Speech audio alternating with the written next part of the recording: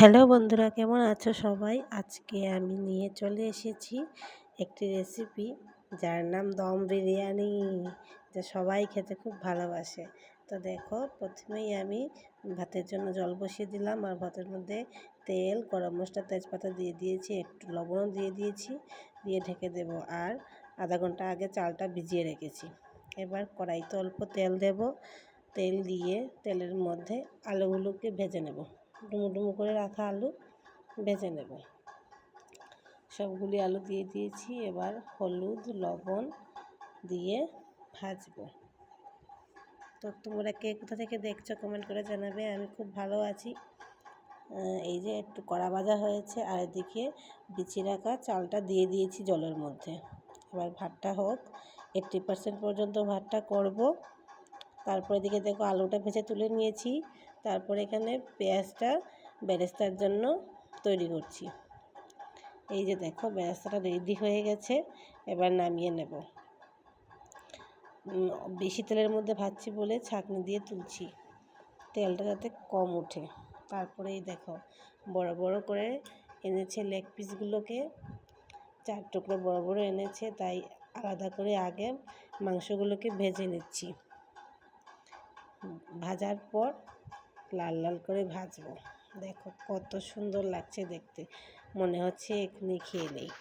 তো ভাজছি। এদিকে দেখো আমার ভাতটা হয়ে গেছে। ভাতটা পুরো সিদ্ধ করিনি, 80% করেছি। এদিকে যে ছোটো মাংসগুলা আছে ওইখানে এটি তৈরি করব।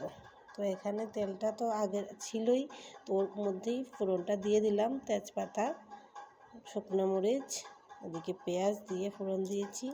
তারপরে যে মাংসটা দিয়ে দিয়েছি।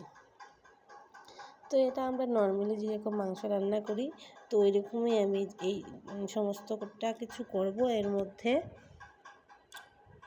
তারপরে তো কাঁচামরিচ, হলুদ, লবণ, জিরা সব কিছু দিয়েই কষাবো। আমি এরকমই সিম্পলভাবে বানাই।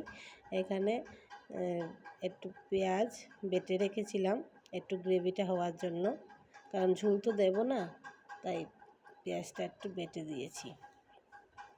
তো এবার মাংসটা ভালো মতো কষানো হোক। আমি ঘরে সাধারণ উপকরণ দিয়ে দম বিরিয়ানিটা বানাই। আমার খুব ভালো লাগে, আমার আয়ুষের পাপার সবার খুব ভালো লাগে। তো আমি এভাবেই বানাই ঘরের মধ্যে, তোমরাও বানিয়ে খেয়ে দেখবে। এদিকে আমি একটু চিকেন কারি মশলাটাও দিয়ে দিয়েছি। চিকেন কারি মশলাটা দিলে কি হয় যেন, খুব টেস্ট হয় মাংসটার মধ্যে। দিয়ে গরম মশলাও দিয়ে দিলাম। দেখো অল্প অল্প গ্রেভি আছে, একটু একটু গ্রেভি না হলে ভালো লাগবে না।